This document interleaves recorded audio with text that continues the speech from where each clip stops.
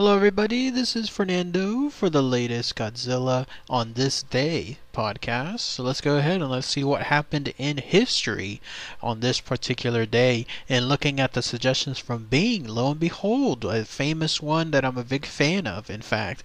It has to do that on this day, back in 1930, no less, that's a long time ago, the Shadow debuted on the radio program. So 1930, what's that, almost 90 years or so, somewhere along those lines, that this famous character debuted there. I'm a huge fan of the Shadow because to me it remains one of the best kept secrets, or one of the most underrated superheroes that's out there to this very day. I especially love hearing the radio shows, the old ones that the Shadow had. To this day, I still collect a bunch of those cassettes that I usually find like at Goodwill or at various thrift stores.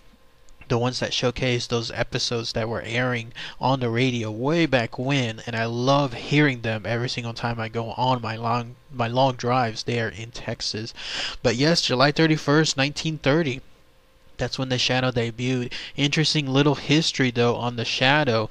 It was not a character per se that made its introduction then. Instead, it was a narrator. There was a show called the Detective Story Hour that was on the radio, and during that show there was the need for a notable narrator to come on board and then basically segue in between different stories. And so the idea was, let's make whoever was making that program was stating, let's make this narrator very creepy sounding, very interesting, something that'll essentially captivate audiences in between segues of the detective stories. And when that happened, it took off. It absolutely took off. A lot of the people that were listening to the program found that voice and then the moniker of the Shadow for it far more interesting than the detective stories. They started asking about trying to see if they could have more about this, and they started asking for stories in comic books and then stories in magazines about the Shadow at a time when it wasn't existing yet.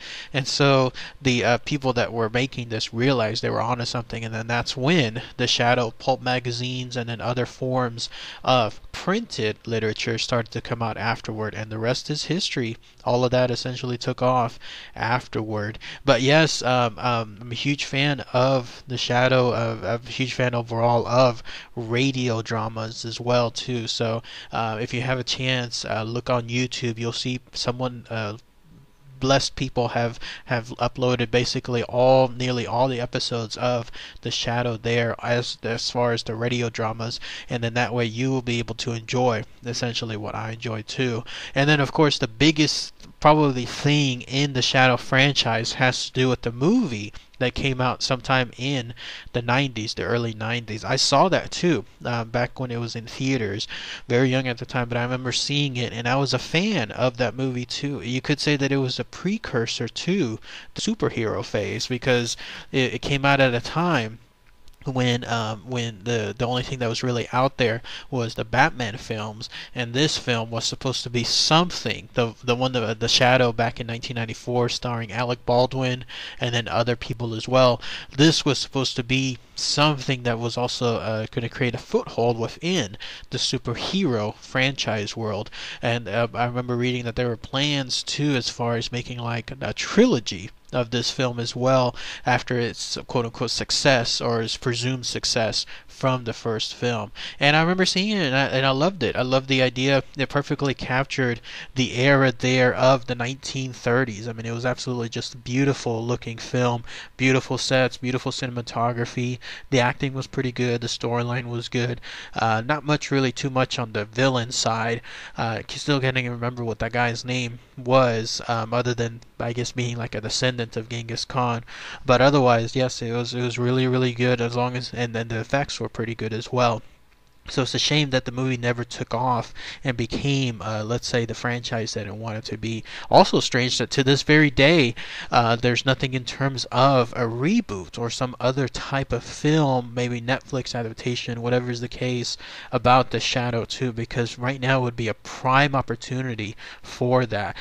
Focusing on that too is the idea that it's still hitting off in the comic books. I think Boom Studios is the one that currently houses the licensing for The Shadow. It seems like The Shadow comic books jump between different licenses all the time. I remember it being on Dark Horse, and then there was another one that was trying to remember. I think it was Tops. I can't remember exactly, but yes, there was another one that was also housing his license, and then now it's with Boom Studios, and it all has to do with the basic idea of the Shadow. Think of him like as a Batman of sorts, but in this case with some more magical powers, more dependent on magic powers than, let's say, fighting abilities. Very distinct look to the Shadow too. The reason why I love it is because he has that classic trench coat look, along with his trademark, I guess, double pistols, and then of course the idea that this thing can not physically, if I'm not mistaken, physically turn into a shadow, but instead use the power of his mind and the mystique and the magic that he has within his mind to make people believe that he's not there anymore.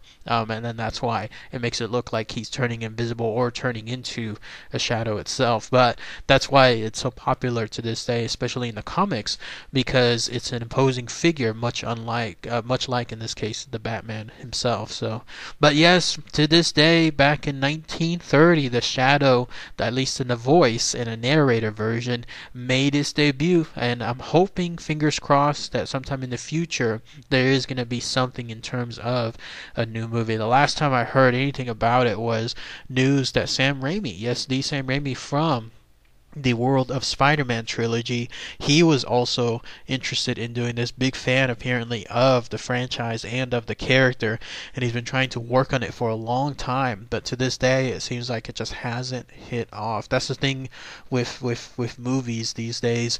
People that invest in movies, people that give money to movies in order to get back a return, they want a sure hit. They don't want something that's considered a potential hit. They want an absolute sure hit. So in the case of The Shadow, it has the unfortunate luck of that 1994 movie pretty much shooting down any chances of future films, because all these investors have to look at is 1994 film returns and then realize, you know what, I don't want to risk that.